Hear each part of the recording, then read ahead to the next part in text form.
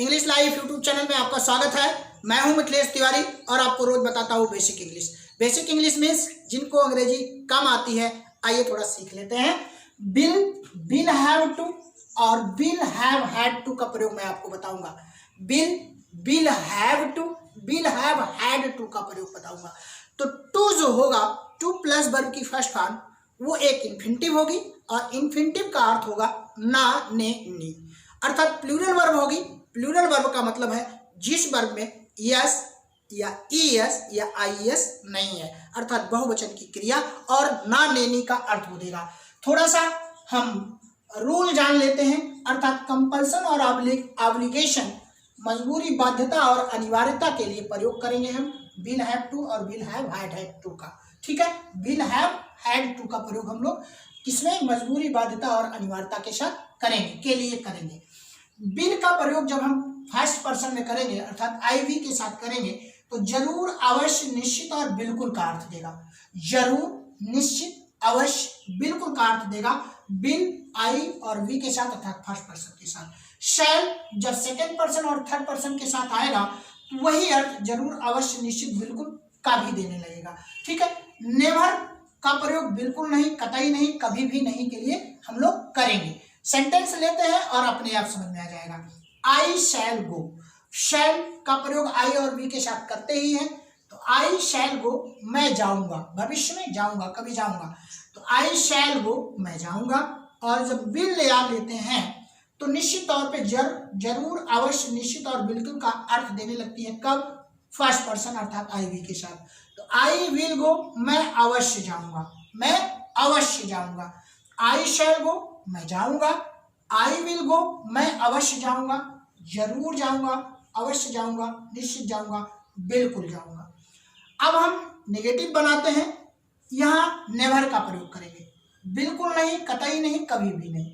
I will never go, मैं कभी भी नहीं जाऊंगा, बिल्कुल नहीं जाऊंगा, कतई नहीं जाऊंगा। ठीक है, तो नेवर आ गया। आई शैल नॉट गो करेंगे, आई शैल नॉट गो, मैं नहीं जाऊंगा। आई शैल नेवर गो करेंगे तो स्ट्रांग हो जाएगा थोड़ा।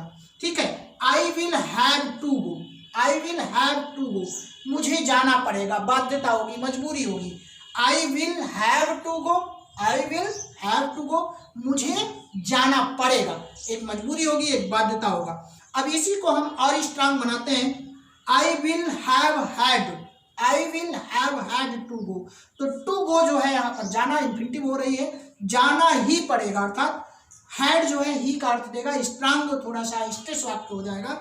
आई will have had to go, मुझे जाना ही पड़ेगा, मुझे जाना ही पड़ेगा, तो हैड ही का अर्थ देगा और टू गो जो होगा वो इन्फिनिटिव होगी, अर्थात ना, ने, नी का अर्थ देगा। शैल विल के साथ यहाँ पर हम टू का प्रयोग नहीं किए हैं और टू का प्रयोग हम मॉडल में नहीं करते हैं, इतना ध्यान रखिएगा। तो आई शैल गो सामान्य में, मैं जाऊंगा, फ्यूचर टेंस में। आई विल गो अर्थात फर्स्ट पर्सन के साथ विल का प्रयोग जरूर, अवश्य, निश्चित और बिल्कुल के अर्थ में।